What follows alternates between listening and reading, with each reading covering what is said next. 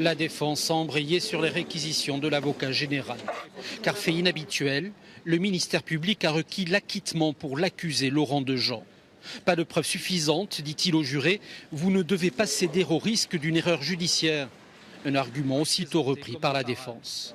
Effectivement, s'il y a une justice, bien le doute il doit en bénéficier.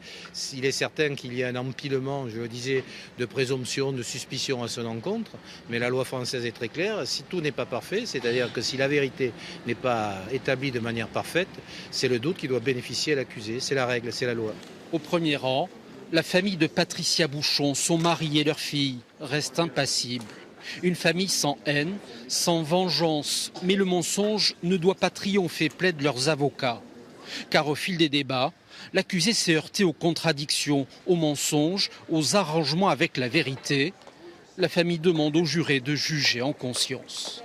Je comprends que la décision est difficile, soit difficile parce qu'effectivement il n'y a pas de preuves irréfutables comme de l'ADN, comme la Clio qu'on n'a pas retrouvée.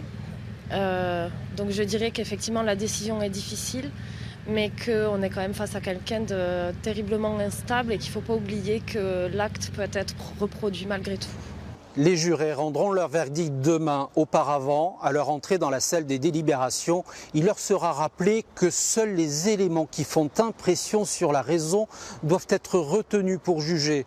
Autrement dit, que la conviction n'est ni guidée par l'intuition, ni par l'émotion.